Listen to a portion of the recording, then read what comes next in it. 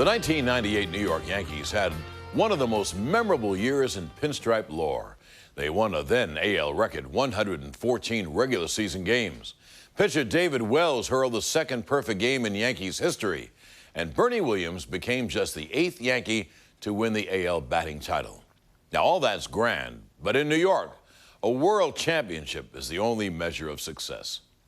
Hello, I'm John Sterling, and welcome to another edition of Yankees Classics. The Yankees rolled past the Rangers and the Indians on their way to the '98 World Series, the Yankees' 35th Fall Classic appearance. Their opponent, the San Diego Padres, were there for just the second time. The Yankees had to come from behind late in games 1 and 3 for victories, while cruising behind Orlando El Duque Hernandez in Game 2. Now the Yankees were set for the sweep in Game 4 at San Diego. The Yankees sent out southpaw Andy Pettitte, who had not pitched in 10 days, against the Padres ace Kevin Brown, who started Game 1. Joe Buck, Tim McCarver, and Bob Brenly were in San Diego on this memorable night, October 21st, 1998.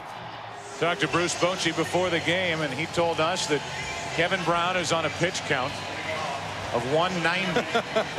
If he gets to 190 pitches, then and only then will Bruce Bochy think about taking him out.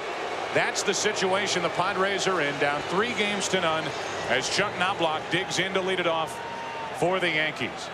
The broadcast also available in Spanish by utilizing the SAP button on your television. Kevin Brown, an 18-game winner during the regular season. Just watching Brown warm up, he looked freer and looser than he did at Yankee Stadium. Pitch 1 of Game 4, strike 1. Home plate umpire is Dana DeMuth. You look at Chuck Knobloch with Tim Tashita at first, Jerry Crawford at second, Richie Garcia at third base, Mark Hirschbeck down the left field line from the National League, and Dale Scott down the right field line. He worked the plate here last night. To the shortstop, Gomez. Good pickup on the move, one away.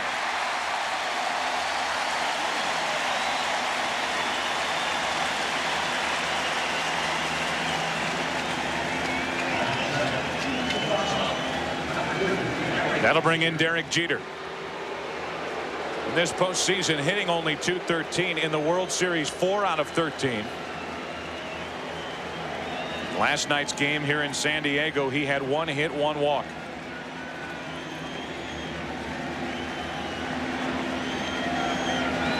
Knobloch grounded out. Jeter waits. Strike 1. The Yankees have gone up there swinging. Their approach against Kevin Brown obviously very much different than against Andy Ashby or Sterling Hitchcock, guys who work around the edges of the strike zone. When Kevin Brown is at his best, he's throwing the ball over the plate, letting the natural movement keep the ball off the sweet spot of the bat. The Yankees know that. They're being very aggressive early. 1 ball, 1 strike. Dave Stewart, pitching coach for San Diego. Had a lot of shots of him during this postseason. Such a difference maker with this 1998 Padres as Brown misses inside with a 95-mile-per-hour fastball. 2-1. And that's one of those pitches you say, how can he lay off of these of a pitch like this? But the Yankee hitters continue to lay off that pitch just out of the zone. 2 balls, 2 strikes.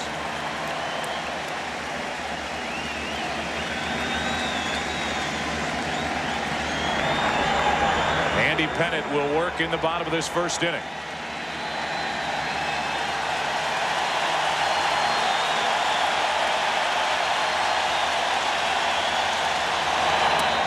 Two out.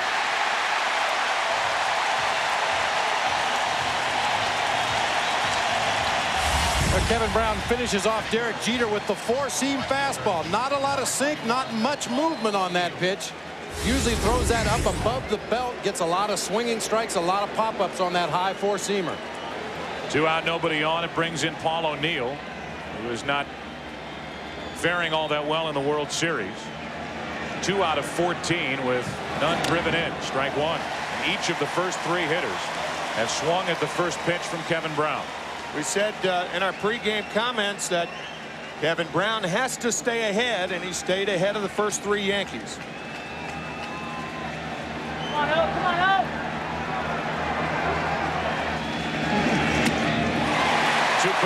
strikes on O'Neill.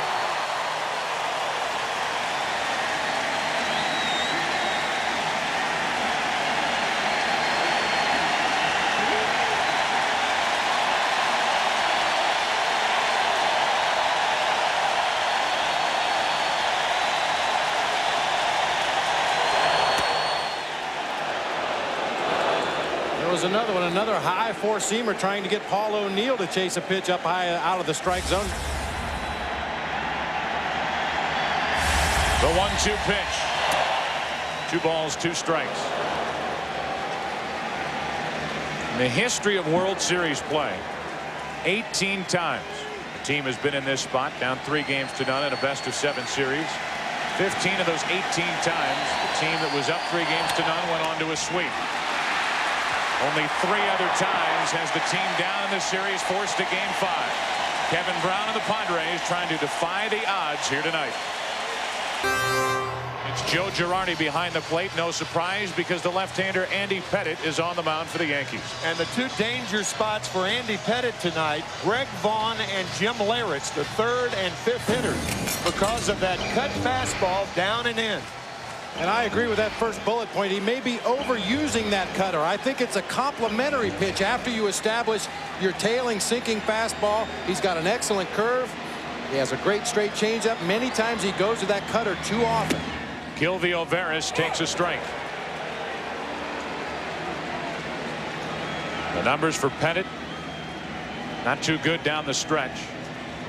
But Joe Torre stuck with him in the postseason, giving him a start in the division series against Texas. He won that game, 7 strong innings. Then he lost Game 3 of the ALCS in Cleveland. And it was either going to be Andy Pettitte or Orlando Hernandez in Game 7. Joe Torre never had to make that decision.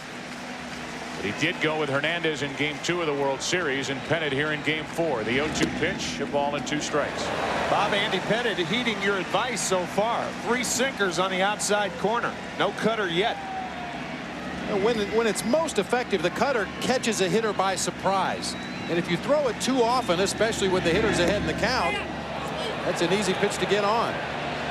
That pitch hit the foot of Kilvio Veras.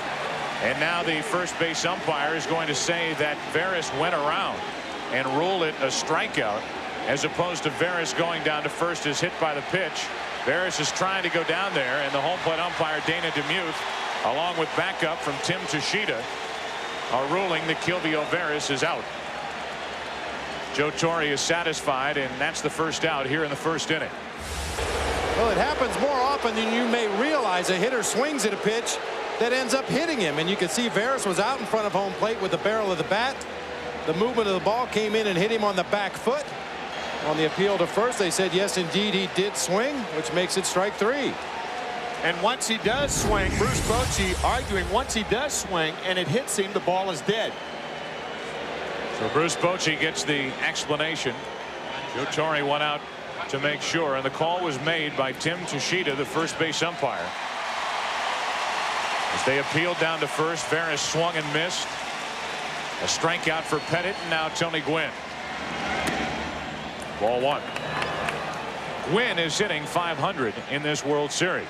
The postseason, .283 with a home run and 7 driven in.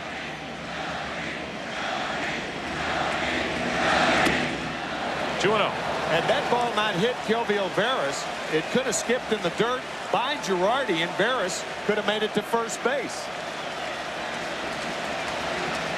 Instead, he's seated in the dugout as the 2-0 pitch is grounded to second off the bat of Gwynn. Now block the play. 2 out, 2 down for the Padres here in the first.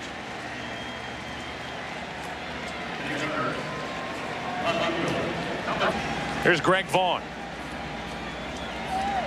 Vaughn is 2 of 11 in this World Series. His 2 were home runs in Game 1. And he bats with the bases empty and 2 out here in the bottom of the first. Ball 1.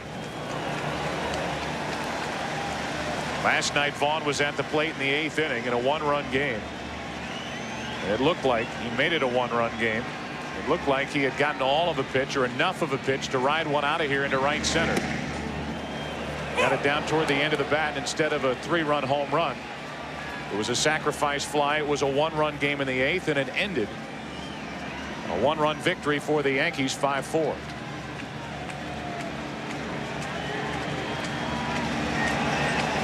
Two out, nobody on. 1 ball, 1 strike. Vaughn pops it into left field.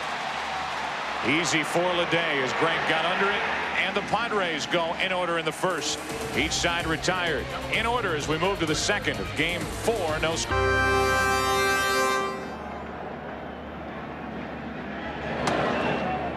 Bernie Williams takes a pitch up and in, underway in the 2nd with no score. It'll be Williams, Tino Martinez, and Scott Brocious.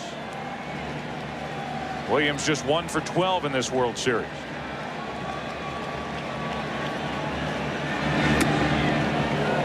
Two balls, no strikes.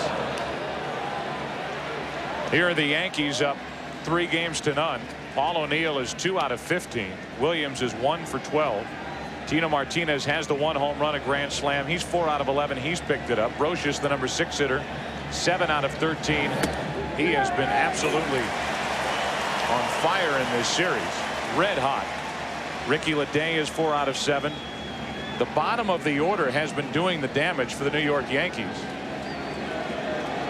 Here they are with a 3 games to none lead as Bernie Williams takes ball 3 up and away, 3-1.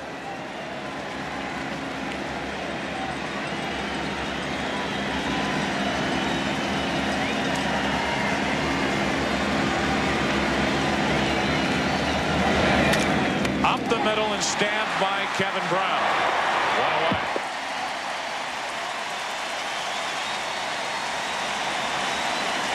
Kevin Brown, along with a lot of other things that he does well, an excellent fielding pitcher.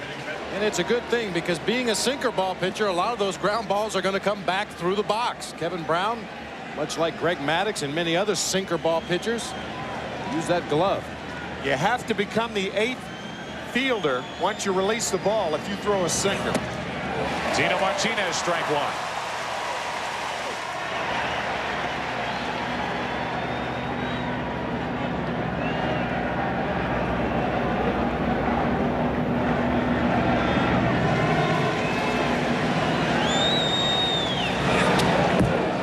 Ball, 1 strike. Remember Dave Stewart's remarks before last night's game. The Yankee hitters have to move their feet, pitch them inside, and don't allow them to become too comfortable. Kevin Brown very adept at doing that. 1 down and in, then missed. This one over the outside corner for strike 2.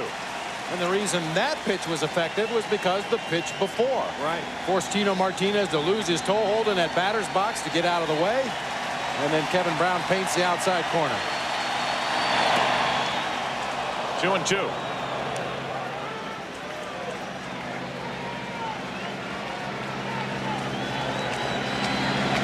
Brocious waits on deck. 1 out, nobody on. 2 out.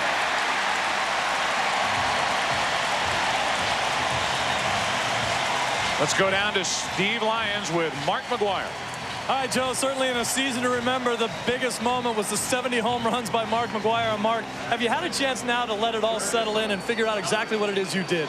Well, I've had a chance, but I still can't figure it out yet. I mean, I don't know if I want to. I just want to sit back and relax. I mean, and whoever fathomed that hit 70 home runs in 1 year. I mean, it's hard enough to get to 62, but 70, it's incredible. In an earlier interview on Fox, you said that if you hit 70, you'd retire, but I don't think you're going anywhere. Well, I was talking about 70 in golf. I've never got 70 in golf, so I hope people didn't get upset that I'm not retiring. All right, we'll be right back. All right, welcome back to Qualcomm Park. Back here, Steve Lyons with Mark McGwire. Mark, in this tremendous season, you certainly were the highlight. What do you think it means to you, the fact that you brought so many kids back to this game? Well, I mean, one thing, we put baseball back on the map. I think everybody that plays this game should be proud of it. You know, kids is our future. And if we don't get kids back playing baseball like we did this year, you know, baseball's not going to go anywhere. I think we're back on the map. A lot more kids are playing baseball, and it's just good for everybody. Mark, enjoy this as much as you possibly can. Thanks for taking the time. I will. Joe and the guys, back to you. All right, Steve, thank you, and thanks to Mark McGwire as Caminetti bounces it off the plate. High hop for Brocious. Good play, 1 away. Caminetti not running all that well still. Scott Brocious continues to do it with the bat and with the glove in this postseason. A high hopper off of home plate. Caminiti, no signs of a limp, but considerably slower than he normally gets down that first base line. Joe Girardi, the Yankees catcher, running down to back up the play, matching Caminiti step for step down that first base line. So one down, and here's Leyritz. Ball outside from Andy Pettitte. When you talk of a hitter familiar with a pitcher, consider the fact that Jim Leyritz caught Andy Pettitte in 39 starts in 1995 and 1996. 1 ball, 1 strike. Jim Leyritz, as a matter of fact, was the catcher for Pettitte when Pettitte initiated his cutter, that cut fastball. And sure enough, the first 2 pitches to Leyritz outside. Leyritz way out in front, strike 2. It really gets in your mind if you're a pitcher, knowing that the guy at the plate knows your complete arsenal out there on the mound. So Pettitte mixing things up a little, throws him a couple sinkers and then a big curveball. Andy Pettitte over the last 3 years has won 55 games, which is second only in Major League Baseball to John Smoltz, who has won 56. 2 balls, 2 strikes on Jim Leyritz.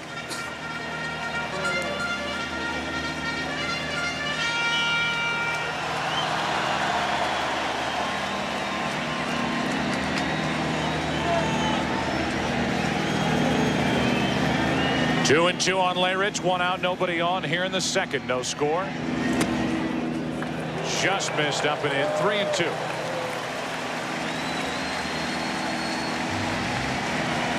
Joe Girardi trying to hold that pitch in the strike zone. He's one of the better catchers in baseball at framing those borderline pitches and making them look a little better than they really are.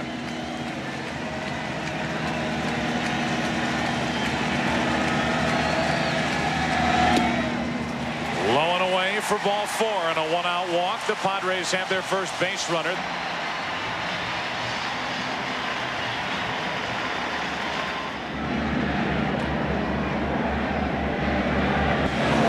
Ruben Rivera off Pettitte's glove to the shortstop Jeter for an infield hit.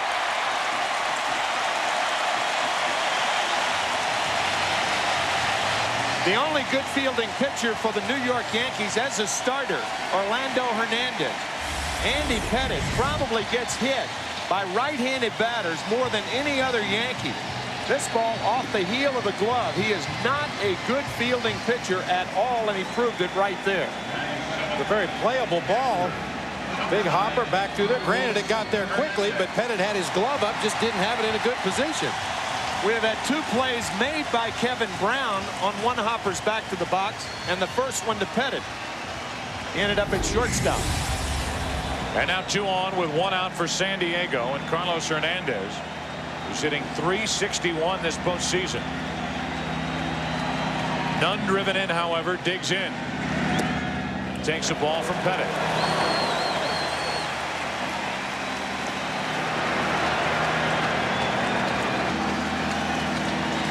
Carlos Hernandez with 2 on, 1 out. Girardi can't find it. Now he does. It's ball 2. That might have been a cross-up right there. Whenever a catcher goes out to talk to a pitcher after a pitch like this, that ball hit him in the heel of the glove. And with that runner on at second base, often a catcher is crossed up. Looked like he was looking for the local then and got the express. So trouble for Andy Pettitte and the Yankees. 2 on with 1 out. 2-0 the count on Carlos Hernandez. That caught the outside corner to make it 2-1. Chris Gomez, the number 8 hitter, waits on deck.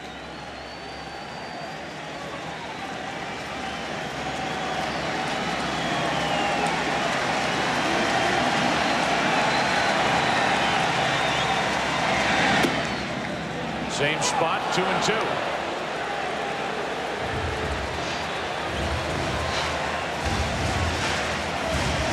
A couple of generous strikes given to Andy Pettitte by Dana DeMuth. With 2 on, 1 out.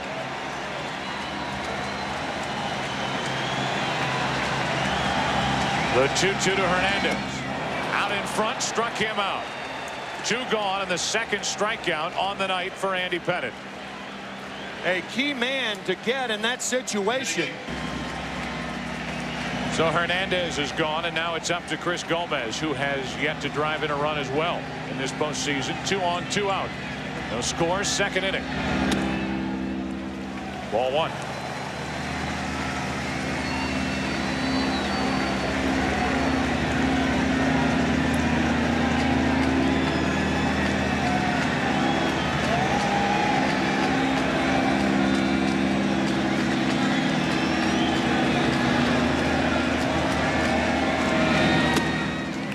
Two balls, no strikes. You can see on the side of Andy Pettitte's hat, he turns his head the opposite way next to the World Series logo. He has written Dad. His father Tom underwent bypass surgery in Texas, recuperating and watching as Andy Pettitte brings it on 2-0, 3-0 with Kevin Brown, the pitcher, on deck. Real life intervening once more.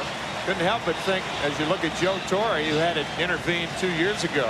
But Greg Vaughn, that matchup, Greg Vaughn's mom is in the intensive care unit in Sacramento. 2 on, 2 out. Ball 4 to load him up for Kevin Brown.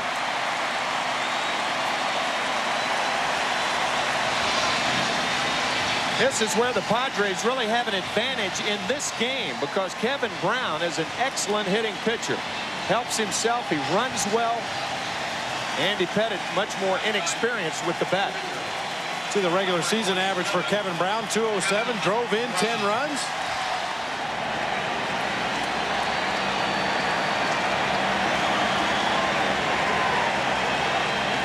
Bases loaded, 2 out. And a strike to Kevin Brown. You look at what Kevin Brown did during the regular season. 10 RBIs, as Bob Brenly talked about. Number 2 on the list in the National League behind Kevin Tapani of the Cubs.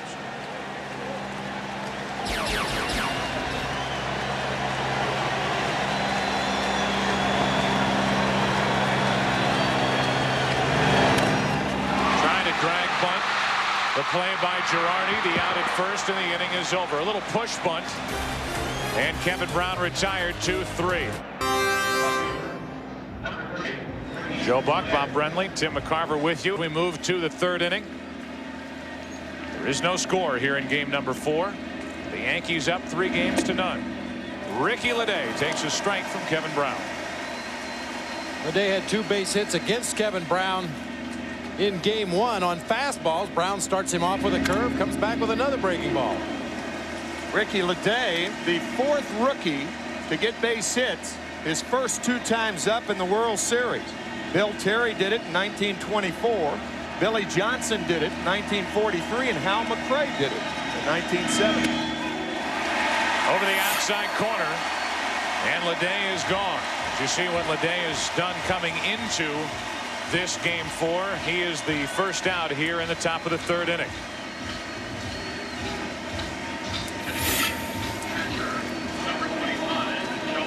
One away, and that'll bring in Joe Girardi, the number 8 hitter, with Andy Pettitte on deck.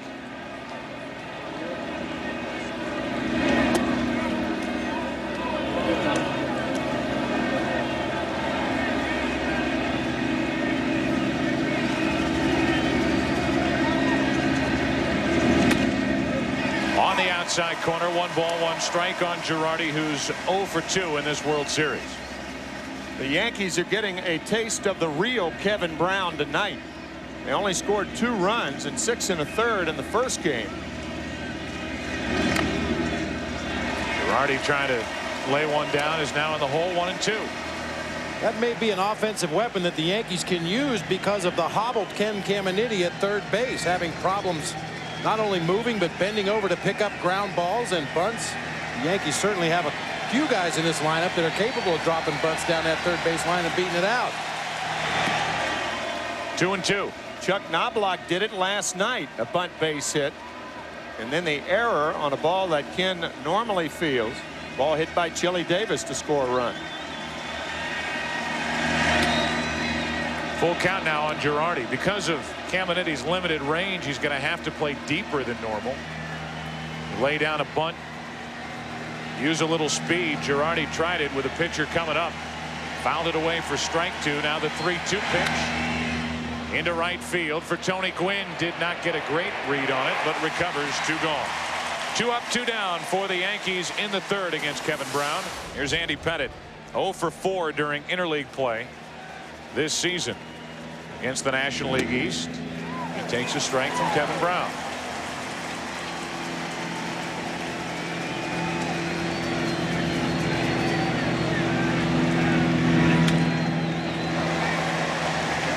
Quickly 0-2. Greg Vaughn very shallow in left field. Inexperienced hitter up there. No way he's going to drive the ball that way. Ruben Rivera shallow also. Pettitte chases one, strikes out, and that's number 4 on the night here in Game 4 for Kevin Brown. Top of the order for the Padres. Bottom of the third, no score. Here's Kilvio Veras, the leadoff man for San Diego, with Tony Gwynn to follow, and then Greg Vaughn. Top of the order against Andy Pettitte. Bottom of the third inning, no score.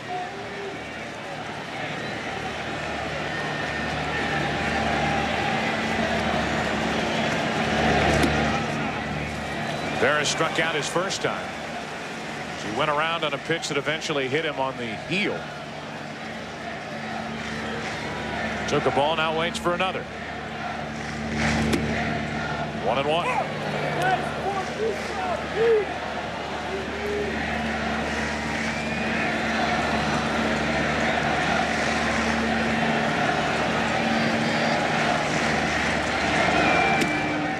Veras shows the bunt and pulls back from strike 2. 1-2. Joe, I think our partner Bob Brunley had a meeting with Andy Pettitte before the game. He has not thrown the cutter, but 3 pitches, 3 times tonight. On 1-2, Veras off the plate to the first baseman Martinez, and the leadoff man is gone for San Diego in the third. You got to believe that the San Diego Padres scouting report included that cut fastball from Andy Pettitte, and he has gone away from it tonight.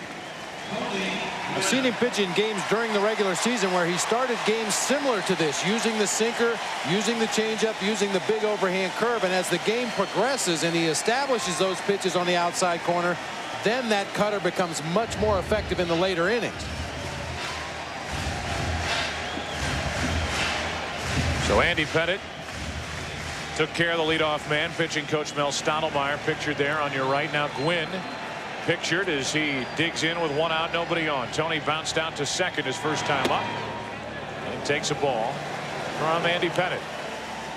The hit zone for Tony Gwynn. The red areas are the hot areas. With 2 strikes, most teams try to go up and in, and that up and away pitch, many times you can get him to hit a lazy fly ball to left field. But you've got to be tempted for an 8-time batting champion to make the whole thing red. Well, there's a lot of National League pitchers that would not argue that. They have yet to find the cold zone on Tony Gwynn. 1 ball, 1 strike. Another one for Knobloch. Gets an easy hop. 2 gone.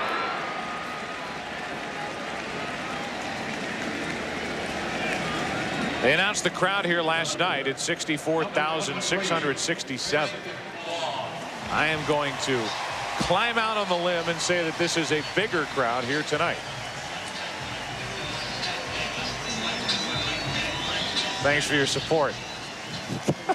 2 out, nobody on for Greg Vaughn. I'm counting. Okay. I'll be right with you. Vaughn, his first time up, flying into left.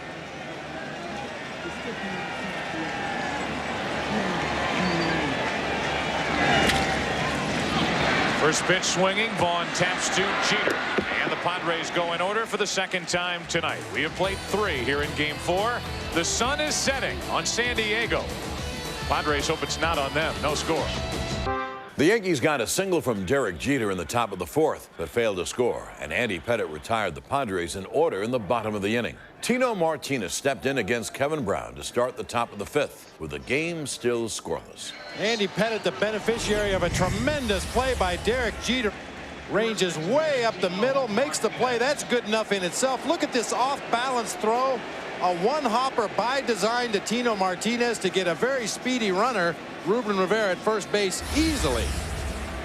Super shot, super play. Incredible throw from Derek Jeter with his momentum carrying him across the infield, throwing across his body. As Tino Martinez leads off the 5th inning and takes a strike.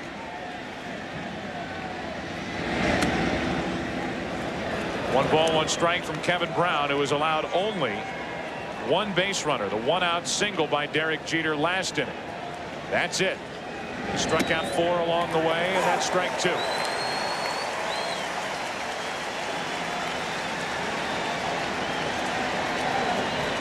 Brocious and Leday will follow for the Yankees.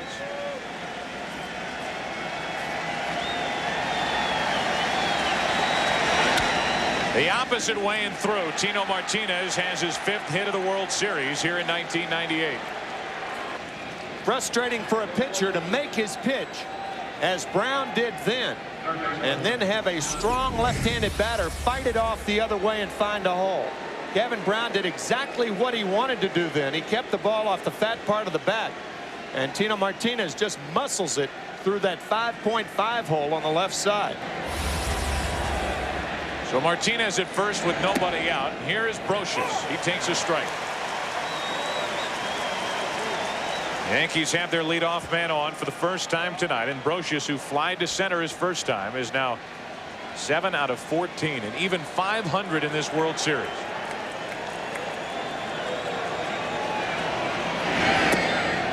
Brocious in last night's game got the Yankees started, leading off the 7th inning with a home run against Sterling Hitchcock. Then capped the scoring for the Yankees with a 3-run home run in the top of the 8th.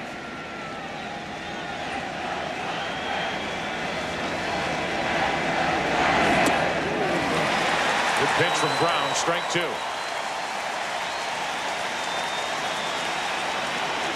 So many times throughout the postseason, we've seen the Yankees take advantage of situations when they're at the plate. Tino Martinez on at first base. Leyritz holding him close to the bag. A big hole on the right side. So Kevin Brown's going to make it tough for Brocious to hit it that way. Got him over the outside corner. Strikeout number 5.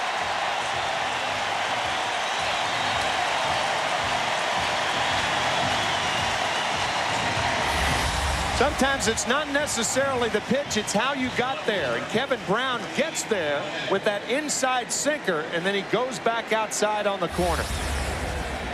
So Brocious is 0 for 2, 1 on, 1 out. And here is Ricky Leday. 93 miles per hour from Kevin Brown, ball 1. Leday struck out his first time. It is still 4 out of 8 in this World Series.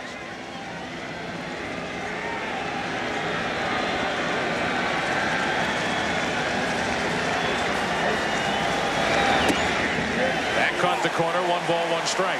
You can see that unusual way, the first move that Kevin Brown has from the stretch.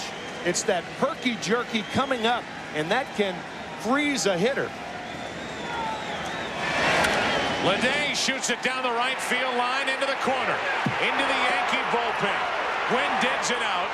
They will hold Martinez at third, at second, and third with 1 away here in the 5th. Ricky Leday, his 5th hit of this World Series. It's a 1-out double. Well, Ricky Leday is not fooled by that herky-jerky delivery of Kevin Brown. He has been right on every fastball Kevin Brown has thrown him in this World Series. Youngster not intimidated at all. Hooks that ball down in the right field corner. The Yankees have to scatter down there, grabbing the chairs, getting them out of the way.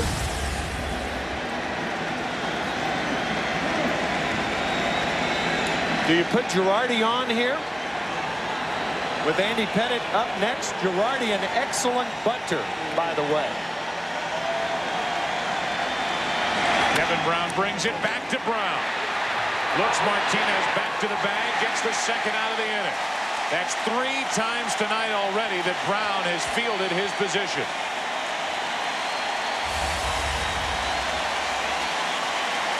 First pitch sinker.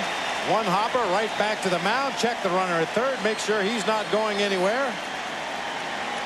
And get the out at first base.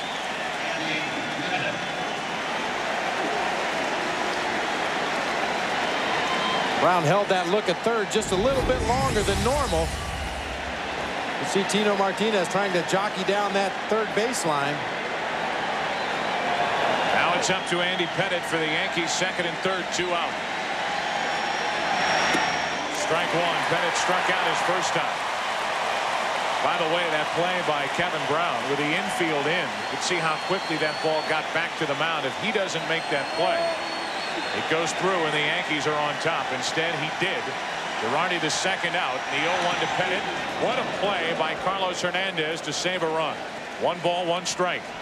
That is a terrific play by the Padre catcher. Anytime a ball bounces in front of home plate, it makes it doubly difficult to block the ball. Just in front of home, kind of scoots toward Hernandez. Fine play by Carlos Hernandez.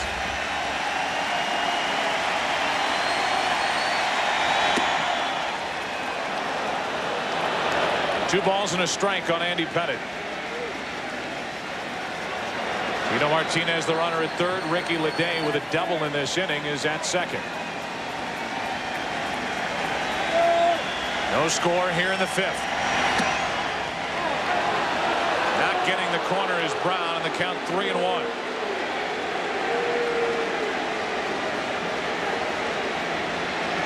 Do they anticipate Pettitte taking another pitch here? Normally you turn your hitters loose on a 3-1 count with 2 runners in scoring position, but because Andy Pettitte is not experienced as a batter, I would anticipate he's going to take a strike here. He does, and the count's full.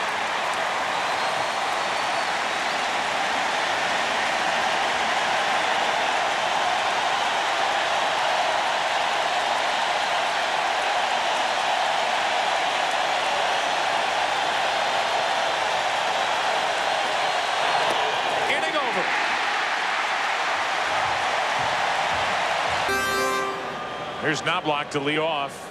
6th inning with Jeter and O'Neill to follow. Top of the order against Kevin Brown. 3rd trip through the lineup for Brown. And a breaking ball for a strike as Knobloch was turning away.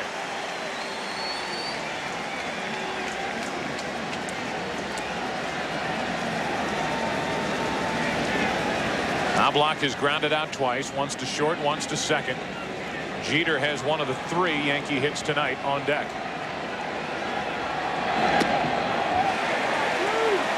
Knobloch wins, strike 2. Breaking ball from Brown on the outside part of the plate. You can see Knobloch not able to hold up in time.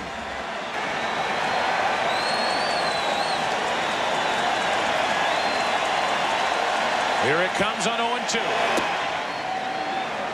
That got up on Knobloch in a hurry, didn't it? He started to flinch, and Hernandez already had it in his glove. As you look at Chuck Knobloch's career profile, 1991 American League Rookie of the Year, a Gold Glove Award winner last season. The right side for Veras, to his left. Leadoff man is gone for the Yankees in the 6th inning. That'll bring in Derek Jeter. The Yankees have brought their good luck charm. He's been on the trip. He bat boyed game 2 back at Yankee Stadium. Jimmy DeAngelo. He hasn't lost in that bat boy uniform for the New York Yankees. George Steinbrenner ran into Jimmy and his father in Cleveland during the ALCS. Jimmy had been hit by a foul ball a year ago, had undergone some plastic surgery. Told the story to Mr. Steinbrenner, and he said, all right, you're in uniform tonight and bat boying for the Yankees, and they brought him along. And there's talk that they're going to sign him to a multi-year contract. The Yankees continue to win with little Jimmy DeAngelo manning the bat boy tours. Of course, he'll have to repeat 9th grade. Imagine him getting back to school. Jimmy, where's your homework? I did it. I did it. I swear Don Zimmer ate my homework. Jeter to the shortstop Gomez. What a play. Too late, base hit. A 1-out hit for Derek Jeter, and Chris Gomez did all he could. If Chris does not catch this ball on the first hop, he's not going to get the speedy Jeter. Jeter out of the box in a hurry. but that short hop right there cost Chris Gomez the out. Sparkling defensive play right there. Only the speed of Jeter allowed him to beat it out. That's a play we've seen Ozzie Smith in his career in St. Louis practice before ball games. Well, Jeter will get sliding gloves or a brace for his wrist as he runs the bases. He's on with one out. You come into any postseason series with the Yankees now and you expect to see sparkling plays from Derek Jeter, and we have in this game already. Ball off the bat of Ruben Rivera back in the fourth, but we've also seen very good defense from Chris Gomez throughout this postseason. 1 on, 1 out for Paul O'Neill. That's into right field in trouble. Gwynn won't get there. To the wall. Gwynn with a barehanded pickup off the wall, and it's second and third, 1 out. As Paul O'Neill has his third hit of this series, it's a double.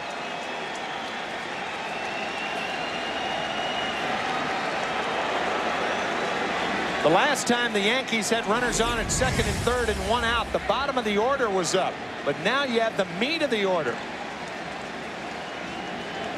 Tony Gwynn hurriedly getting the ball back in to Kelvio Veras to hold Jeter to third base. And now with second and third, 1 out, first base open, the infield is brought in. Bernie Williams will get his chance here to put the Yankees out in front here in the 6th inning.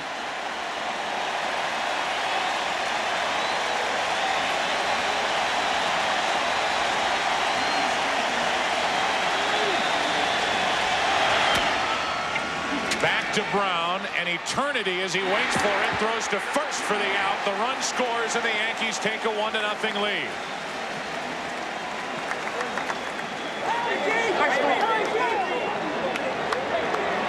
That had to feel like an eternity to Brown, waiting for that ball to come down. It stayed up, and with that, Derek Jeter scores the first run.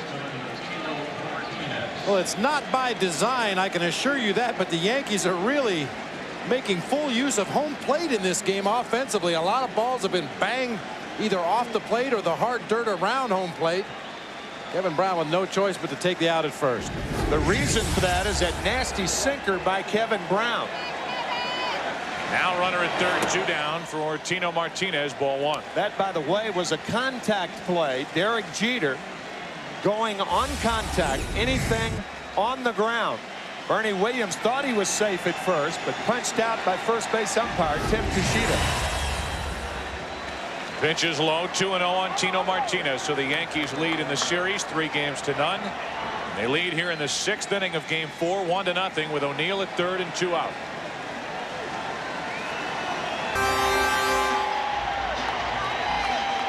Tony Gwynn leads it off for the Padres. The big bats are here in the 6th inning for San Diego, down 3-0, down 1-0 to Andy Pettitte and New York. Gwynn, Vaughn, and Caminetti.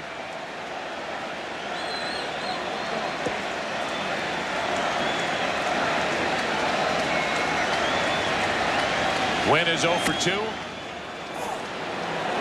In the hole here, 0-2. Might add that at no other base do you take a walking lead. Third base is the only base that runners take the walking lead, and it's very, very important to get that jump going toward home, and Jeter had it. Got to look at that number for Andy Pettitte, his last World Series start, as he makes his third in his young career here tonight. Is when he lasted 8 1/3 innings, allowing no runs in game 5 in Atlanta, a Yankee victory. As they took that 3-2 advantage back to Yankee Stadium and won in game 6.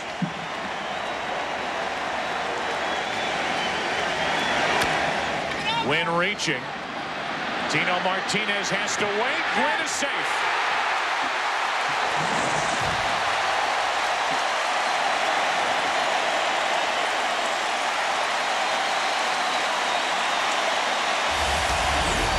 This is the only time it's appropriate to slide into first base to avoid a tag. You can see Tino Martinez with a diving effort. Tony Gwynn hook slides to the outside part of first base. the only time this play should be attempted by a runner. Might add that sliding past the bag is the same as running past the bag. So with this infield single by Gwynn, the tying run is on with nobody out for Vaughn, Caminetti, and Leyritz. 1-0 New York here in the 6th inning. To the shortstop, Jeter gets the high hop, the force at second, safe at first. 1 on, 1 out.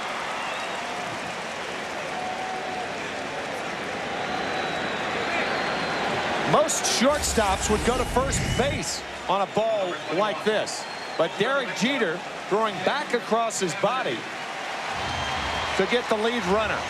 Another fine play by Jeter. Jeter always has that bare hand close to his glove to make that exchange quickly from the glove into the throwing hand, and he's able to unload the ball quickly and get the lead runner.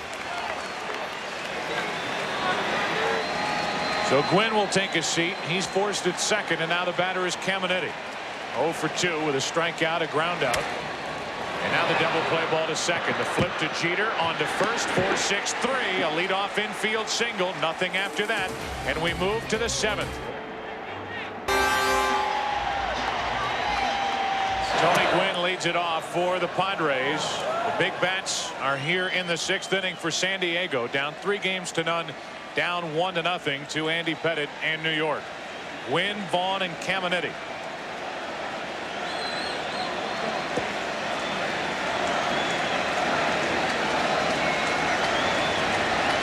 Gwynn is 0 for 2.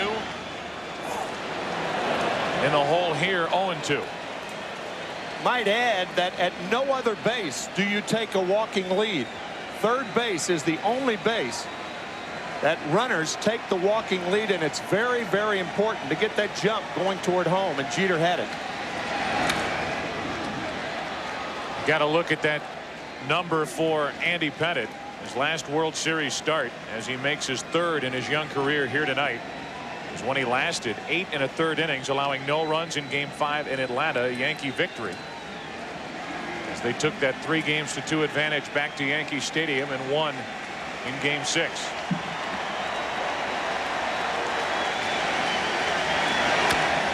Gwynn reaching. Tino Martinez has to wait. Gwynn is safe.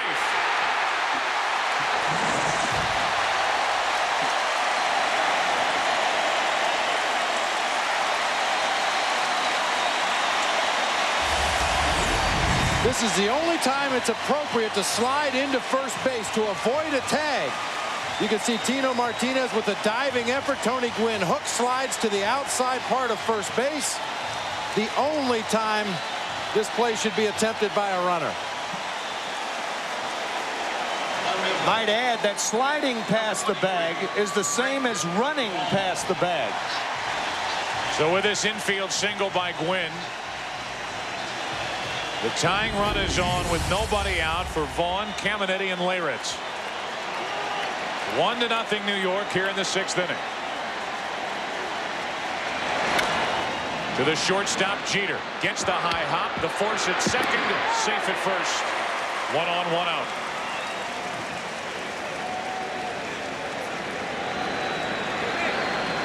Most shortstops would go to first base on a ball like this, but Derek Jeter throwing back across his body to get the lead runner. Another fine play by Jeter. Jeter always has that bare hand close to his glove to make that exchange quickly from the glove into the throwing hand, and he's able to unload the ball quickly and get the lead runner.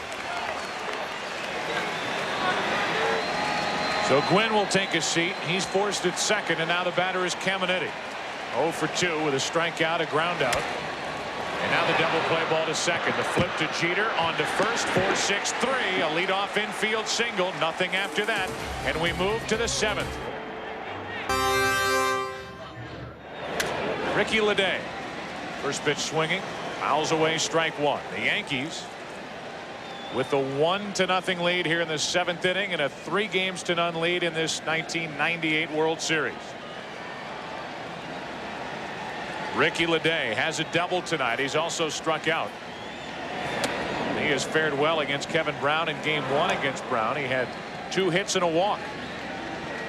And because of that, that last pitch up and in to Ricky Leday, a purpose pitch from Brown.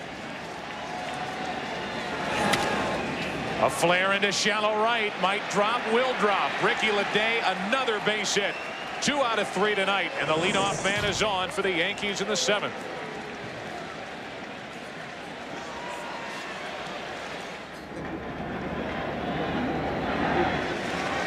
Girardi at the plate after the leadoff single by Ricky Leday. No bunt here. A hit and run, however, a real possibility. The pitcher up next, and no one warming for the Yankees. If Girardi does make an out, Andy Pettitte would probably try to get the runner over with the bunt, even with 1 out. Girardi takes ball 1 low. I think he took on purpose to get ahead of Kevin Brown so Joe Torre could put the hit and run on.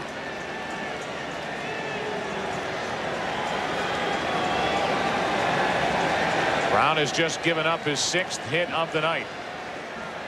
Hit and run is on. It's fouled straight back, 1-1. You know, Joe Torre told us back in 1996 against the Atlanta Braves in the World Series the difference in managing American League as opposed to National League. He says it's simple. In the National League, you try to make something happen before that pitcher spot comes up. Joe Torre trying to make something happen here. A hit and run with Joe Girardi at the plate. Girardi at the plate with Andy Pettitte to follow. A check on Leday. We heard from Bruce Bochy, and I think we all want to make mention that last night, with the moves that he made in the 8th inning and in the 9th inning, he has been heavily criticized in the media. Second guest, heck, first guest last night. Bruce Bochy is a solid individual who stood there, took the criticism, stands by what he did last night, answered the questions, answered the critics, and did so with a shrug of the shoulders. And his thought is, I gave it my best shot. We did what we thought was right. Sticking with Andy Sheets, let's say, in the 9th inning against Mariano Rivera. Not going to the left-handed hitting Greg Myers or using John Vanderwall as a pinch runner. He stood there and took it. And he has his Padres in the World Series. They are the best team this year in the National League.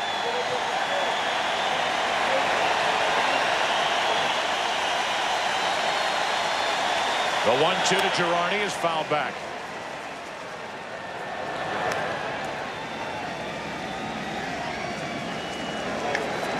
Andy Pettitte with a jacket on, waiting on deck.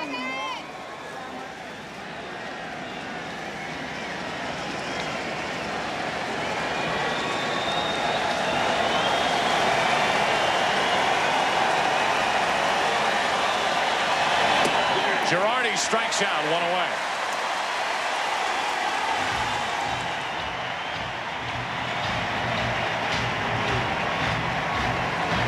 Kind of guy the Padres have in their dugout in Bruce Bochy. 1 on with 1 out, and Pettitte drops down a perfect bunt.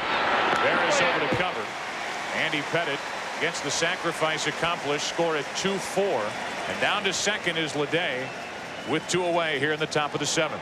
That's what Joe Torre told us he would do. Even with 1 out and his pitchers hitting, they will be bunting in these situations, and Andy Pettitte just lays down a blueprint in front of home.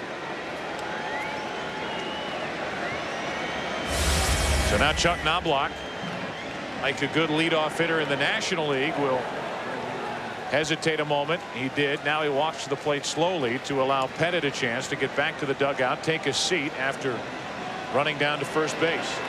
Well, Knobloch even takes a long time when he doesn't have to wait for his pitcher to relax on the bench. Very deliberate hitter before getting into the box, and even more so in this particular at bat. He's up with Leday at second and 2 out. Yankees leading 1-0 here in the 7th. And a strike from Kevin Brown. The Padres in the bottom of the 7th inning will have Leyritz, Ruben Rivera, and Carlos Hernandez. Randy Myers getting ready for the Padres out in their bullpen.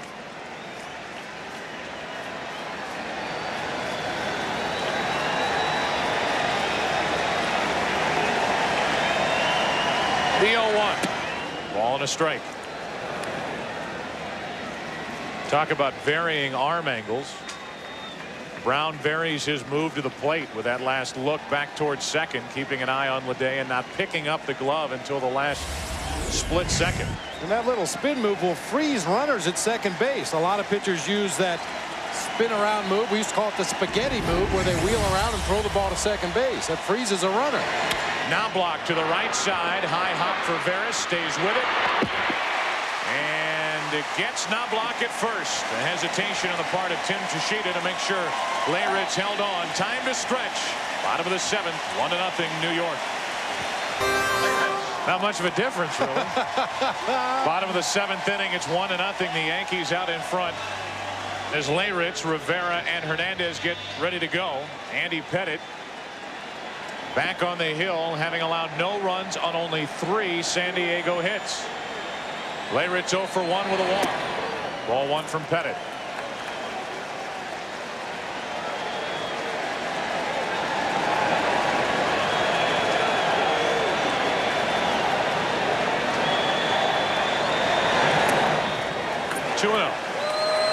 Pettitte has worked the Leyritz away in both previous at-bats. Keep in mind that Leyritz has excellent power the other way.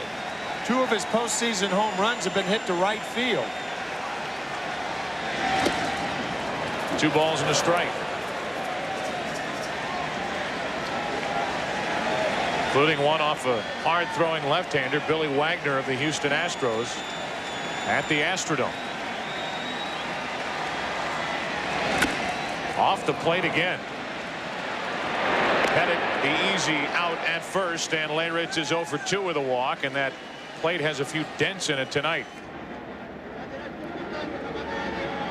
Center fielder, Ruben Rivera. You know, in games that Kevin Brown starts here at Qualcomm Stadium, the grounds crew softens up the area in front of home plate. They rake that dirt, they water it repeatedly, because Brown throws the sinker, gets a lot of ground balls. That helps slow those grounders down. A lot of the balls, however, have been hit right off of home plate, and you cannot soften home plate. Andy Pettitte loves the dirt around home plate because it's helping him too. Rivera down the right field line. Fair ball and up against the wall. Ruben Rivera has a double.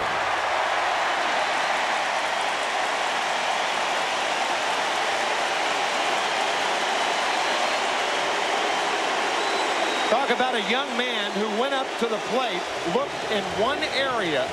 Pettitte has been working away, and Rivera looked away and went away. Fine piece of hitting by Ruben Rivera.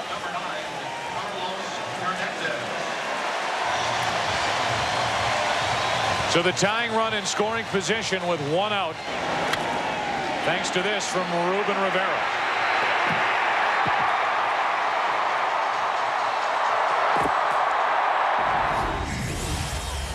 Now it's Carlos Hernandez, 0 for 2 tonight against Andy Pettitte with 2 strikeouts.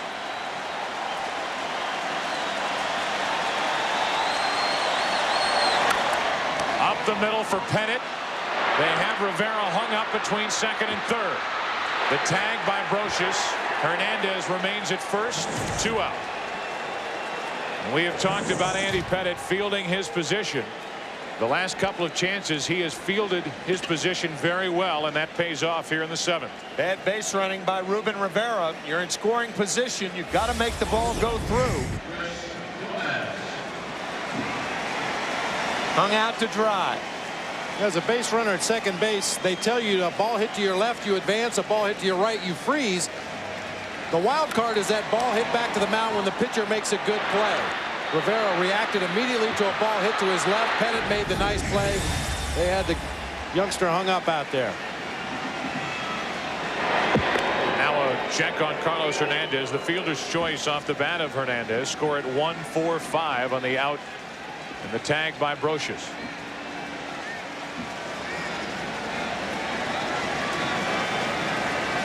One to nothing Yankees in the bottom of the 7th inning. Hunter at first with 2 out for Gomez, who takes a strike.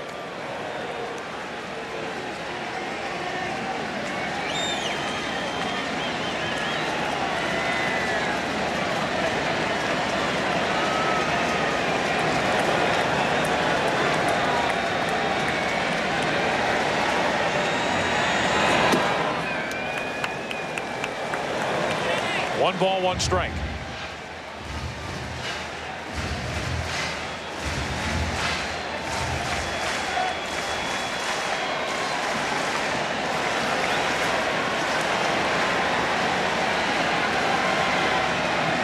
Tying run at first with 2 out. Strike 2 on Gomez. You think about what this organization, the Padres, are thinking about. Not only this World Series and not only trying to stave off the 4-game sweep here tonight. They're also thinking about the November 3rd ballot in Proposition C, which outlines funding for a $411 million downtown stadium using some public money. Little high to Gomez. 2 balls, 2 strikes. That's on the outfield wall here at Qualcomm Stadium.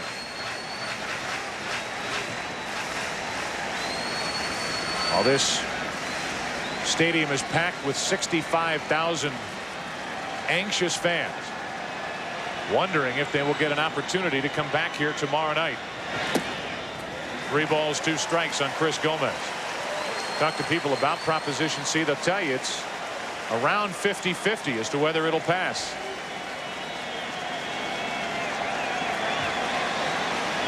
Gomez, his career against Pettit, 3 out of 10. Gomez, a former Detroit Tiger.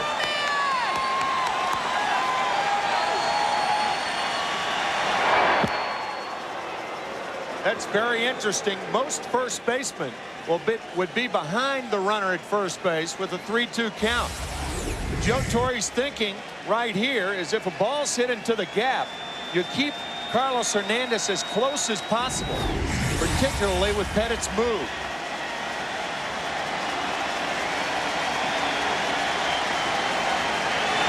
Three-two pitch. Gomez, the fly ball to right. O'Neill is there. And we move to the 8th inning of game number 4 of the 1998 World Series. Yankees up 3-0, leading 1-0. Kevin Brown back to the mound as we move to the 8th inning here in game 4. Yankees leading 1-0, and the numbers for Kevin Brown: 7 innings, only 1 walk, which Bob, you came in talking about. It was an intentional walk, and his pitch count 94 pitches through 7 innings. Yeah, this has been a more typical Kevin Brown performance here, going right after the Yankees hitters, getting ahead in the count, and has not issued an unintentional walk in the ball game tonight to put himself in trouble.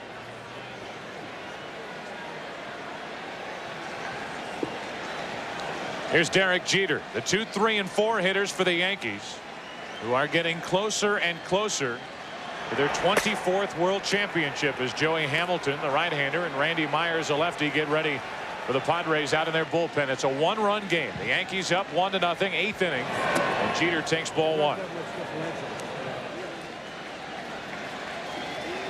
At best, Kevin Brown will work this 8th inning, and that's it. His spot is due to lead off in the bottom of this 8th. 2 balls, no strikes.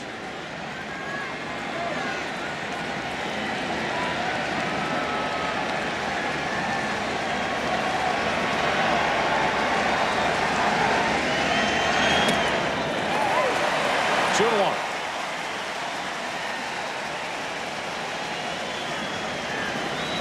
O'Neill, who was heavily involved in the run-scoring inning for the Yankees in the 6th, with a double to set up 2nd and 3rd in the infield RBI groundout by Bernie Williams. 2-2 on Derek Jeter.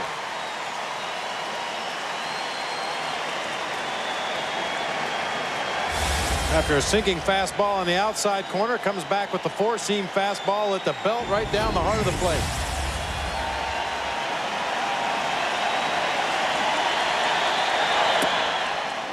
Full count on Jeter.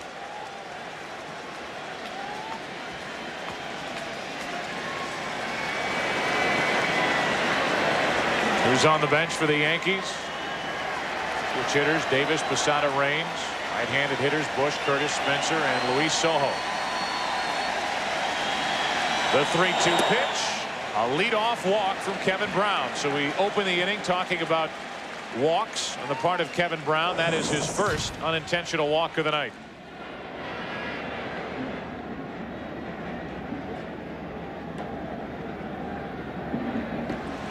Here's Paul O'Neill. 1 for 3 with that big double in the 6th. Ball 1 low.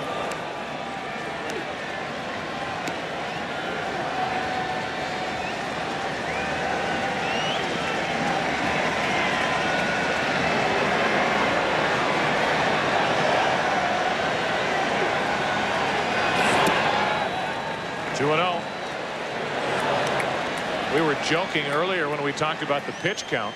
So was Bruce Bochy when he said 190 for Kevin Brown. That was his way of saying to keep him out there as long as I possibly can. Might be running out of time here in the 8th inning. A leadoff walk. Now the 2-0 pitch to O'Neill. It's a foul ball. 2-1. Well, one thing you look for in a sinker ball pitcher, if he's losing his effectiveness, if he gets the ball up in the strike zone, and the ball tends to flatten out as you throw it up higher in the zone. So far Brown is missing, but he's missing down low in the zone. And once again another ball off of home plate. You normally do not see Paul O'Neill swing at a 2-0 pitch that's on the outside corner.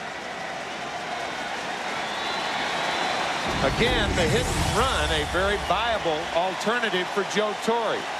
Speed on the bases and a contact hitter. Not moving is Jeter. Ball 3. 3-1 on O'Neill.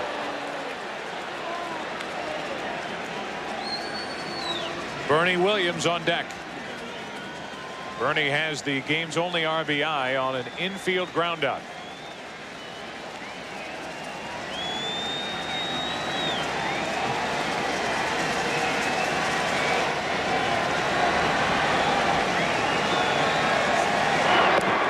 Check on Jeter.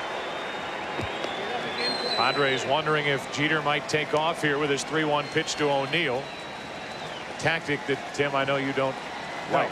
Nope, I don't like 3-1 counts to run. I think it's a hitter's count, an offensive count. He's going, and the chopper to first. Layrich will try to get to the bag. Too late. And it's 2 on with nobody out. Layrich, instead of flipping the ball to Brown, trying to slide in and get to the bag first, and O'Neill beat him there. I know we'll take another look at it. It looked to me like O'Neill beat the play.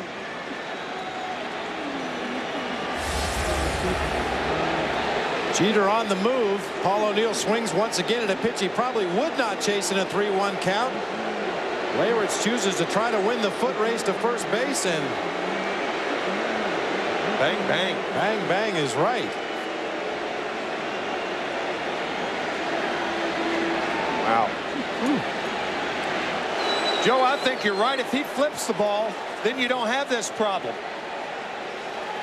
Looks safe on that play. And you can see Kevin Brown standing at the bag. A little toss by Jim Layrich to Brown. That's a routine out at first base. Right. Instead, it's an infield hit.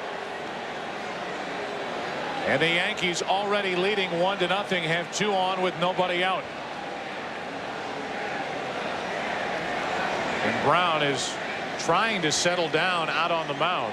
He had Dave Stewart run out there to try to keep him in the game as he went face to face with Jerry Crawford. Hernandez just went out there, and you can see by the look on the face of Kevin Brown that he is not anywhere close to being calmed down, and it'll be interesting to see how he works to Bernie Williams.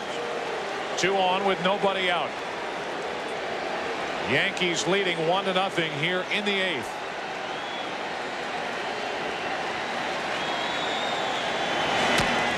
And the chopper to the third baseman, Caminiti. His throw in time, and it's second and third, 1 out.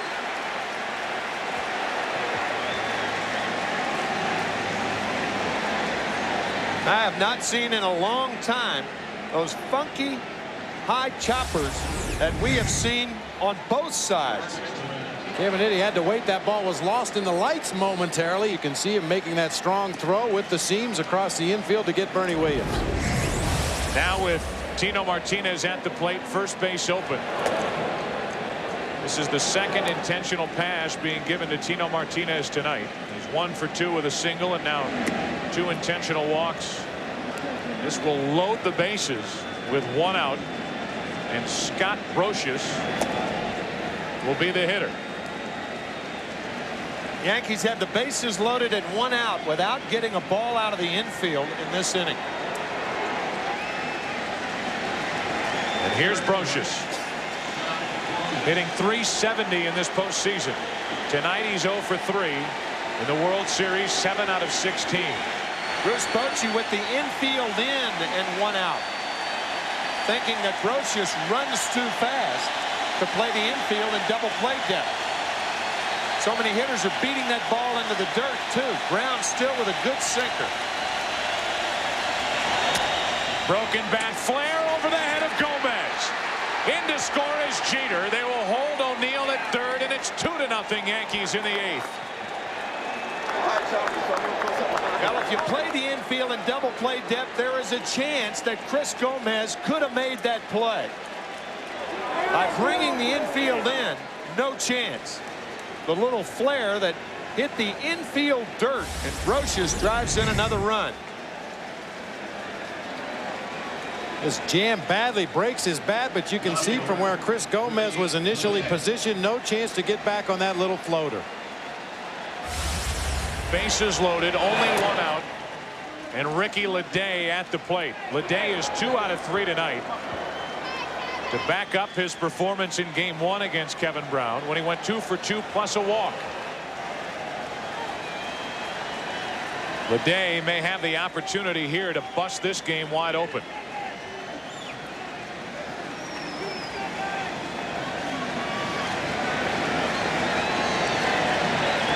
Bases loaded, 1 away.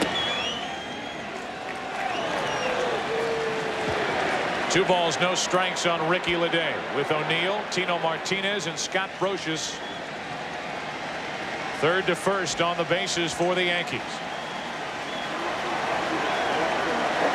The 2-0 into left field, well hit.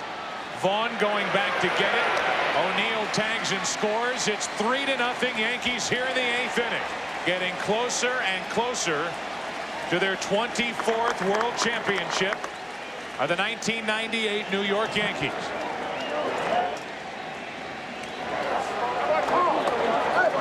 And for all that we've said about Scott Brocious and the unlikely hero, not too far behind him is Ricky Leday. Well, it's not easy to get a ball in the air against Kevin Brown, but Ricky Leday managed to find a way to hit that sac fly to the warning track in left field. Now first and second, 2 down, and a strike to Joe Girardi. There have only been 4 fly ball outs in this ball game. Leday's plates a run.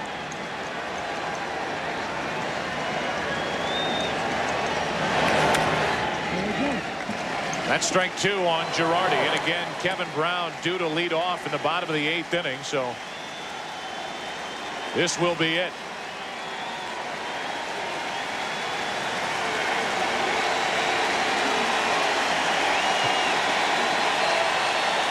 First and second, 2 down, in this relentless crowd.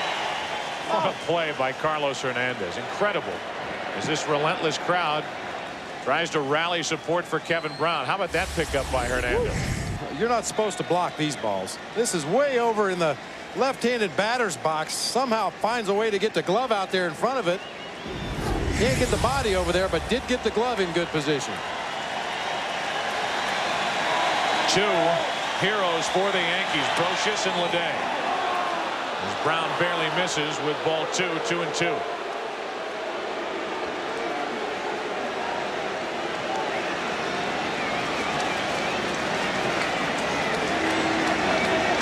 Three to nothing, the Yankees lead here in the 8th inning. Girardi, 1 hop to kill the O'Veris. And the top of the 8th inning is over. But the Yankees get 2 big runs, 2 walks in the inning, 2 left. New York is stranded 8. Bottom of the 8th inning. Number 9 spot to lead off. 3-0 New York. John Vanderwall leads off as the pinch hitter for the Padres. Last night entered the game as a pinch runner. Ended the game standing on third, representing the tying run.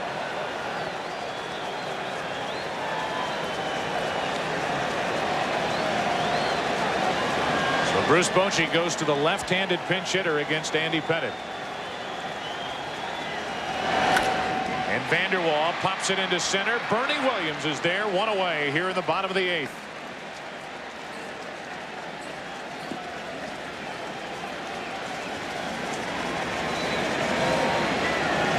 This could very well be the last game that Bernie Williams plays for the Yankees. We're talking about it between the innings. With Ricky Leday's performance in postseason play doing as well as he has done, the Yankees could make a case that the pressure is not on to sign Bernie Williams. That Ricky Leday could very well be the center fielder of the future.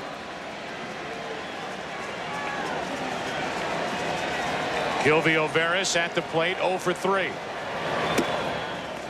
2 balls, no strikes from Andy Pettitte.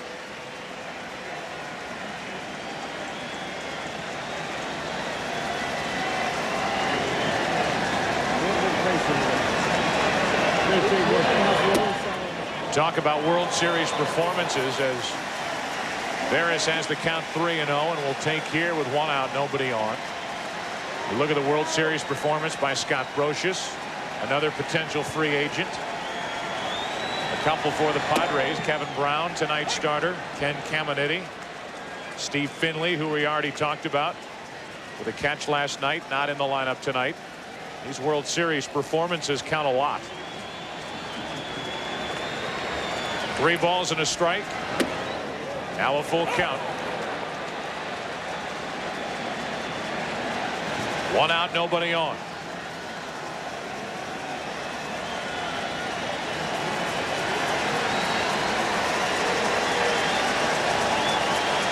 The 3-2 to Gilvio Veras. He stays up there. The count full with Tony Gwynn to follow.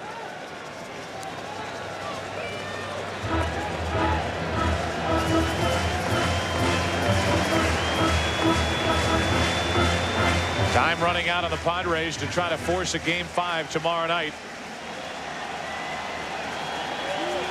The Yankees have scored 3 runs on 8 hits. They're riding the left arm of Andy Pettitte here as we play in the 8th inning of Game 4.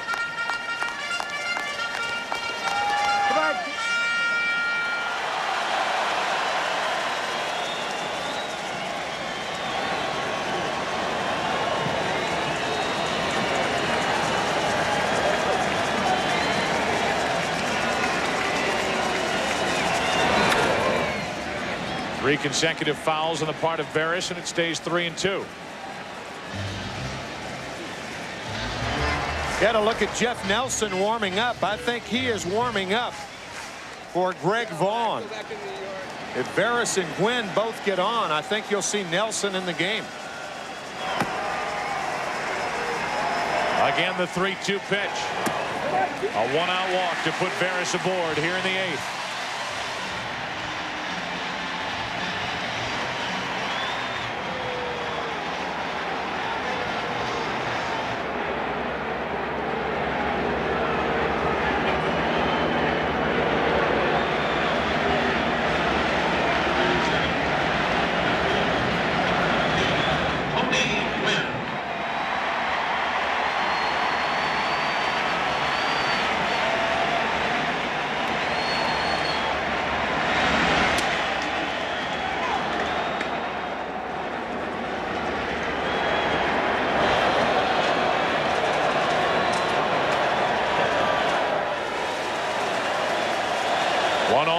For Gwynn.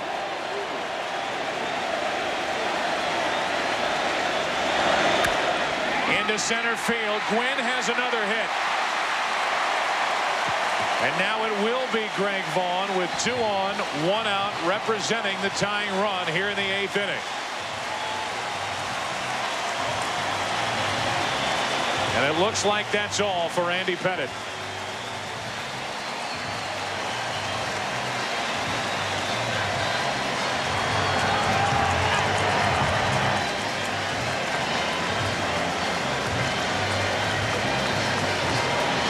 Nelson enters. Tony Gwynn is now 8 out of 14 in this World Series. We'll be back. Andy Pettitte, coming off a shaky outing at Cleveland, losing Game 3 of the ALCS, turns in a terrific performance here tonight. That was him walking into the dugout to get congratulations from his teammates. Now he sits and watches as you look at his numbers for the night, as Jeff Nelson will deal with Greg Vaughn, representing the tying run here in the 8th inning.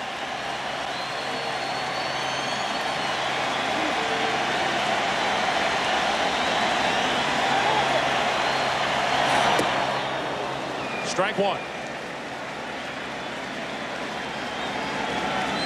Nelson's numbers in the postseason this year, very, very nasty on right-handed hitters, as you might imagine, with that sidearm delivery.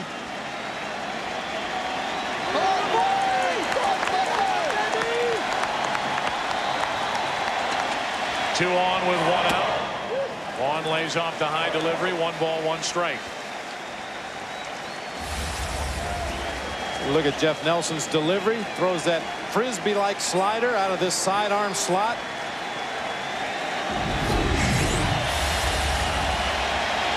He brings it to Vaughn on 1-1. Strike 2.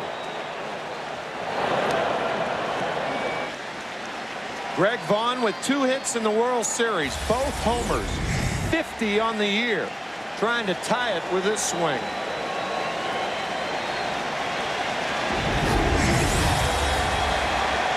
A ball and 2 strikes on Vaughn. The tying run at the plate for the Padres here in the 8th.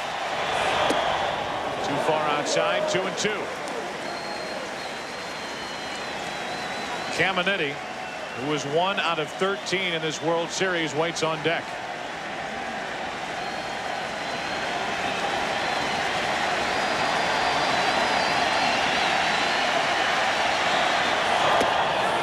Two gone. Vaughn strikes out. Nelson comes out of the bullpen and strikes out Greg Vaughn for the 2nd out here in the 8th.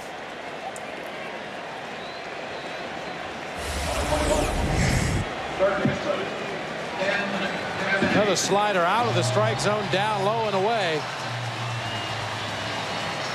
That rotation, the ball sweeping across the plate, ends up off the plate outside, down low. Derek Jeter helping Dana DeMuth umpire tonight. So a visit from Joe Girardi as Caminiti, the switch hitting third baseman, stands at the plate. Fastball away. You can read Girardi's lips there. The one thing you don't want to do is come into Caminiti's power zone. Bloody, bludgeon Caminiti, hurting all over. If you end up hanging one of those sliders down and in, that's perhaps the only ball that can hit out. And it looked like Girardi was saying fastball away, at least to start him off. And we've seen Jeff Nelson, 2 left-handed hitters, throw that slider on the outside corner, the backdoor breaking ball, which once again is a dangerous pitch if you don't keep it on the outside corner.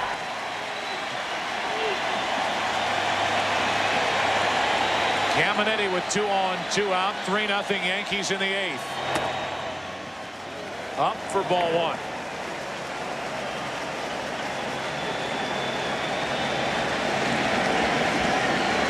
Caminiti, obviously a low ball hitter, especially that area right there. That's his power slot, that down and in red square.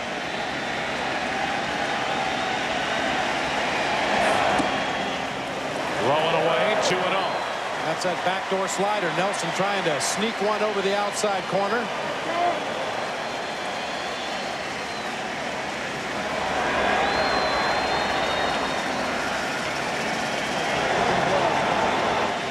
And another visit from Joe Girardi. Yeah, Girardi wants to make sure.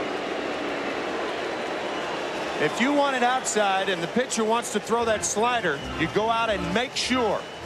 Otherwise, you get one right down the pipe. And on a 2-0 count, Caminiti, a very dangerous hitter on a pitch like that.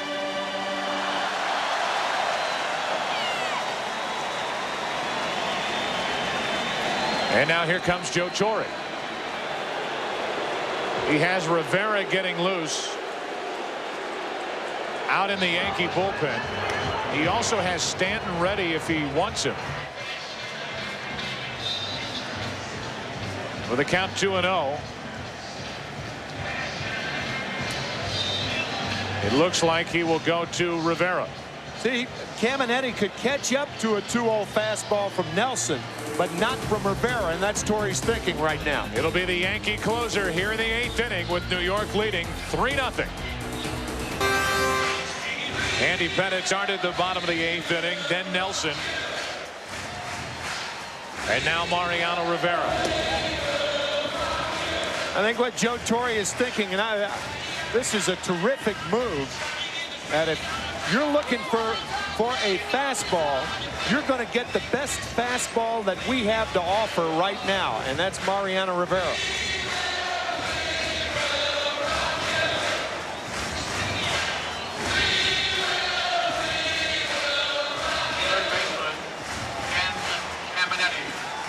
Ken Caminetti is announced for the 2nd time. They already announced him once. He has a 2-0 count. He gets announced again and facing an untouchable, so to speak, lowest career postseason ERA, 0.53 for Mariano Rivera. Caminetti rips one into right field, a base hit. They will hold Veras at 3rd to keep the bases loaded with 2 down, and Leyritz coming up.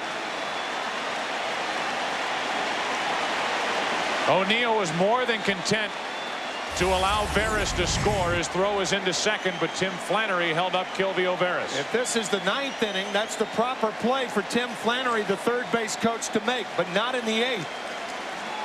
That's a marker that you're giving up right there. Paul O'Neill is reminded, 3-run lead with 2 runners on, to throw the ball to 2nd base. Forget home. You don't want the runners moving up. Veras should have scored on that ball, but he was held up by Tim Flannery. Here's Leyritz, 0 for 2 with a walk. 4 postseason home runs in 1998. Swinging for a 5th, strike 1. The tying runs are on. Veras, Gwynn, Caminetti. The go-ahead run at the plate. Leyritz here in the 8th inning. Game 4, 3-0 Yankees.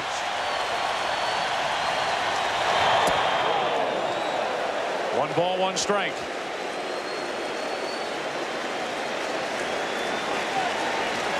Leyritz has to tell himself to force Rivera to get the ball down in the strike zone.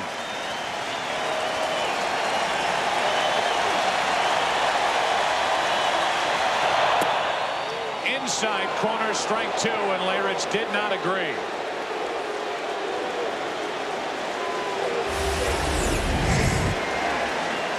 Girardi sets up on the inside corner. Rivera hits the target.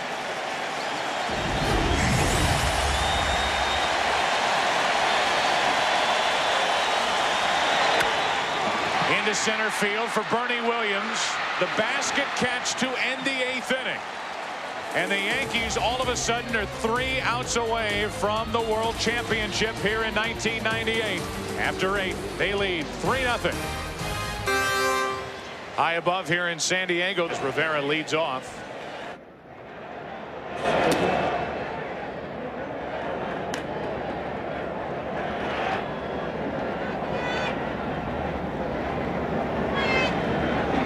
Dan Maselli takes over as Mariano Rivera at the plate. Obviously a good athlete.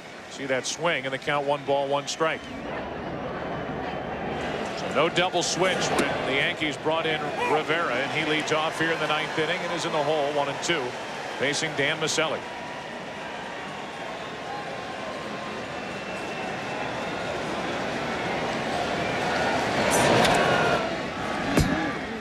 I think the reason that Joe Torre did not employ the double switch was that Joe Girardi was calling a shutout, and the shutout takes priority over the fact that Mariano Rivera has to hit for himself. How about this? 2 straight games that Rivera's batted. A pop-up on the right side. Kilvio Veras there, 1 away. Mariano Rivera taken care of here to start the 9th inning. And you start to think about this 1998 New York Yankees team and where they rank in baseball history. American League record 114 victories during the regular season. They are striving for their 125th, if you include the postseason, to go along with just 50 losses for the baseball season in 1998. It is extremely difficult to compare teams from different eras. Nearly impossible. You always hear comparisons of teams these days to the 27 Yankees. And years from now, when, as is typical with baseball arguments, the debate rages about which team is best in baseball history, the 1998 Yankees will have to be mentioned. Up the middle, the shortstop Gomez to his left can't get it, and Knobloch is on with one out here in the ninth inning.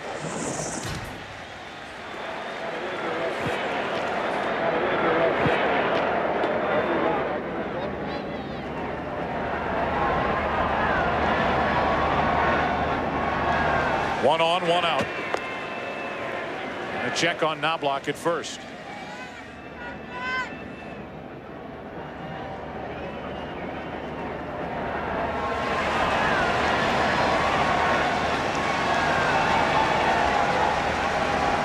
One on, one out for Derek Jeter.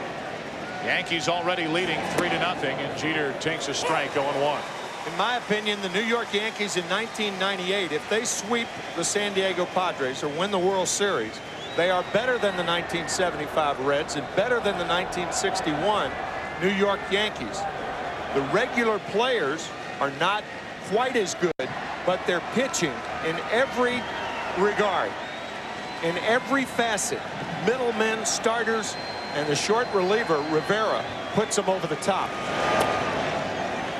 Pitch is down to Jeter, 1 ball, 1 strike. And to think that the Yankees are doing what they're doing in 1998 without a true superstar. They don't have the one guy, the mega star. They do it as a group. They did it during the regular season as a 25-man roster and got production from every one of those 25 men. We bring up the 75-76 Reds and the 61 Yankees because there are a lot of people who think that they are better than this year's edition of the Yankees. But the pitching, and I think the regular players were. You look at Joe Morgan, Pete Rose with the Reds, Tony Perez, Johnny Bench. Strike 2 on Derek Jeter. Great players. Great players.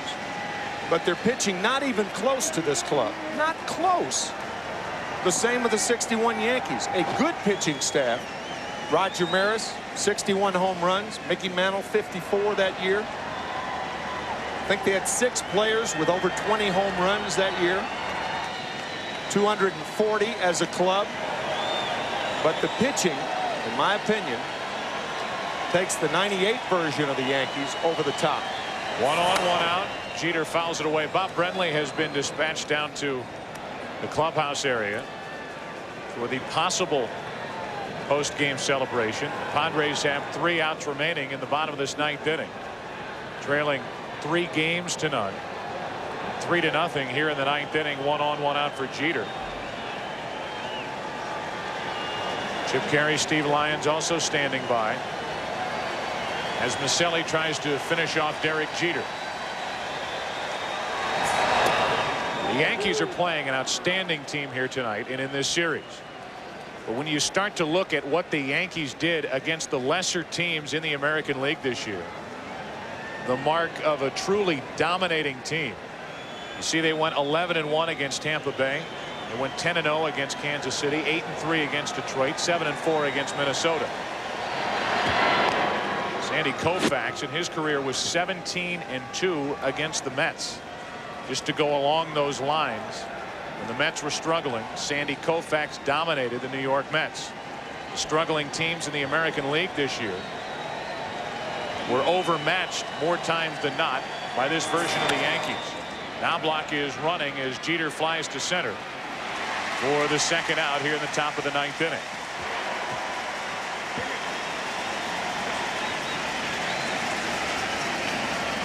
So if that mark of a champion is the ability to dominate or at times destroy the lesser opponent, that has been the case for the 1998 New York Yankees.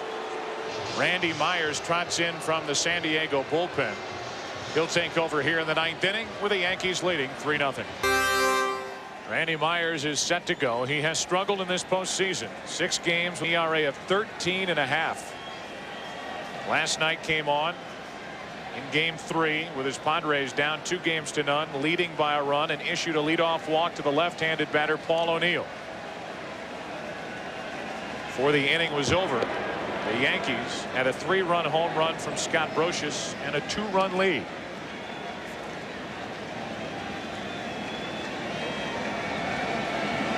Paul O'Neill is at the plate now. 1 on, 2 out. And a ball from Randy Myers. Just to finish off we were talking about before the break. It is impossible in my mind to compare the 1998 Yankees definitively with the 1927 Yankees, because it was a different game in that era. In the dead ball era, murderer's row with obviously Ruth and Gehrig and Combs. But it's tough to compare a team of 1998 to a team that played 71 years ago in 1927. O'Neill rips a line drive, caught by Kilvio Barris to end the top of the 9th inning. But there is no arguing that this 1998 Yankees team, one of the best ever to play. They're 3 outs away from a World Series title. The 2 managers as we prepare for the bottom of the 9th inning here in game 4. The Yankees leading 3-0 and leading this game 3-0. 2 classy individuals. And 2 more. Tony Gwynn still rooting for his team over on the dugout bench, as Ruben Rivera will lead off against his cousin Mariano Rivera. We would like to thank Bruce Bochy and Joe Torre for their help during this series.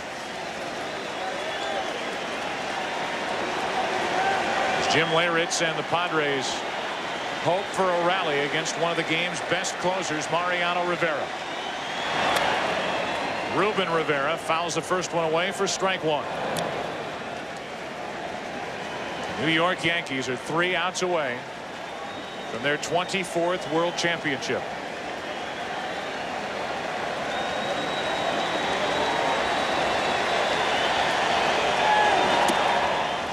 One ball, 1 strike.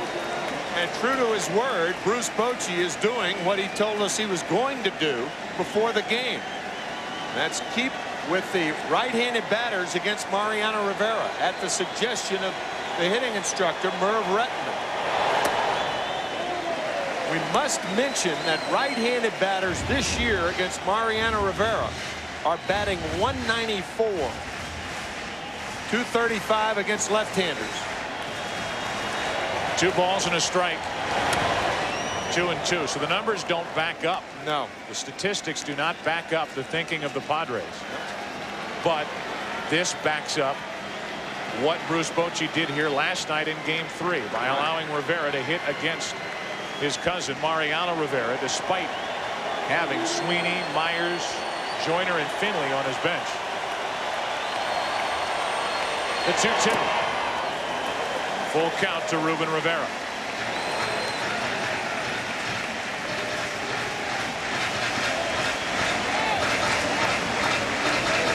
Ruben Rivera tonight, 3 of the better swings that the Padres have taken. A single back in the 2nd, grounded out in the 4th, robbed on a play by Derek Jeter to his left, doubled back in the 7th. The 3-2 pitch. Rivera up the middle, a leadoff base hit.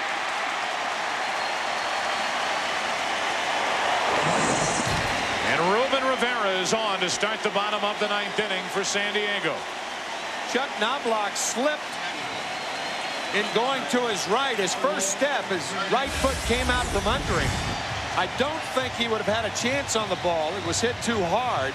But you can see Knobloch slipping right there. And that slip cost him any chance of getting Rivera.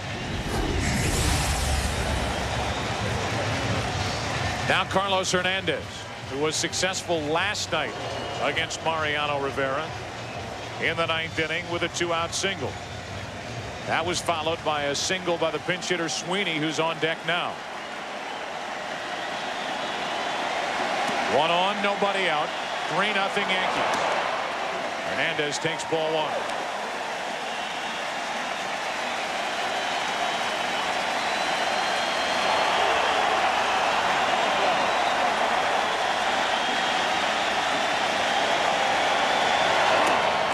Two and 0.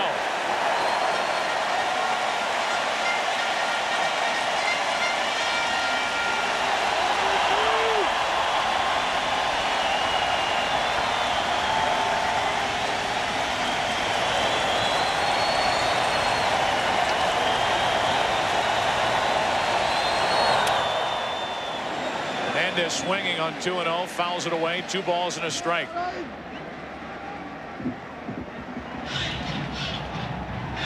Right now, the Padres trying to put that off for another night. As Hernandez waits at the plate, 2-1 after this foul ball. A 2-run home run does not help the Padres. In my opinion, Hernandez had to be taking that pitch. Padres need base runners to get the tying run up there. Ground ball to Jeter. The flick for 1 on to first. A double play. 6-4-3, and the Yankees are 1 out away.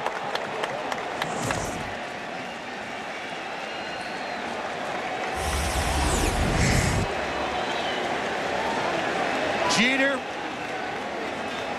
Knobloch, Martinez. A victory by the Yankees tonight would give New York their 24th World Championship, which would be the most ever by any professional sports franchise. One more than the Montreal Maroons and Canadiens of the National Hockey League. The Yankees are 1 out away. Mark Sweeney pinch hitting, strike 1. 65,000 have gone silent here in San Diego.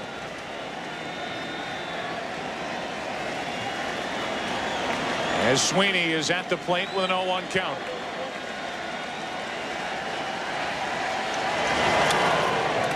They're 1 strike away. A season in which the Yankees won 114 games during the regular season. They're 1 strike away from their 125th win of the year, including postseason, against only 50 losses. Fighting back a smile, Andy Pettitte. The starter of tonight's game as Sweeney grounds to third. Brocious fittingly with a throw, and the Yankees have done it again. Number 24. They are the world champions of baseball in 1998. Mariano Rivera's series-clinching save made him 6 for 6 in save opportunities for the 1998 postseason. The Yankees had now won 8 straight World Series games, including the Final 4 over the Braves in '96. These streaks would not end for a couple of more seasons. I'll be back with some closing thoughts in a moment. It was fitting the final out of the 1998 World Series was a ground out to Scott Brocious, as the first-year Yankees third baseman was named World Series MVP. The fiery Brocious hit .471 with 2 home runs and 6 RBIs. Once in the clubhouse celebrating, the Yankees players began chanting "Straw Man, Straw Man," in recognition of their teammate who missed the World Series while successfully battling colon cancer. This record-setting team was just that, a team who collectively was much more than its individual players. The 1998 Yankees won 125 games, 114 in the regular season, and 11 more in the postseason to capture their 24th World Championship. And when the greatest teams of all time are discussed, Joe Torre's 1998 Yankees will certainly be on the list. This Yankees dynasty went on to win world titles in 1999 and 2000, giving them 4 championships in a 5-year span. But those are Yankee classics for another time. I'm John Sterling.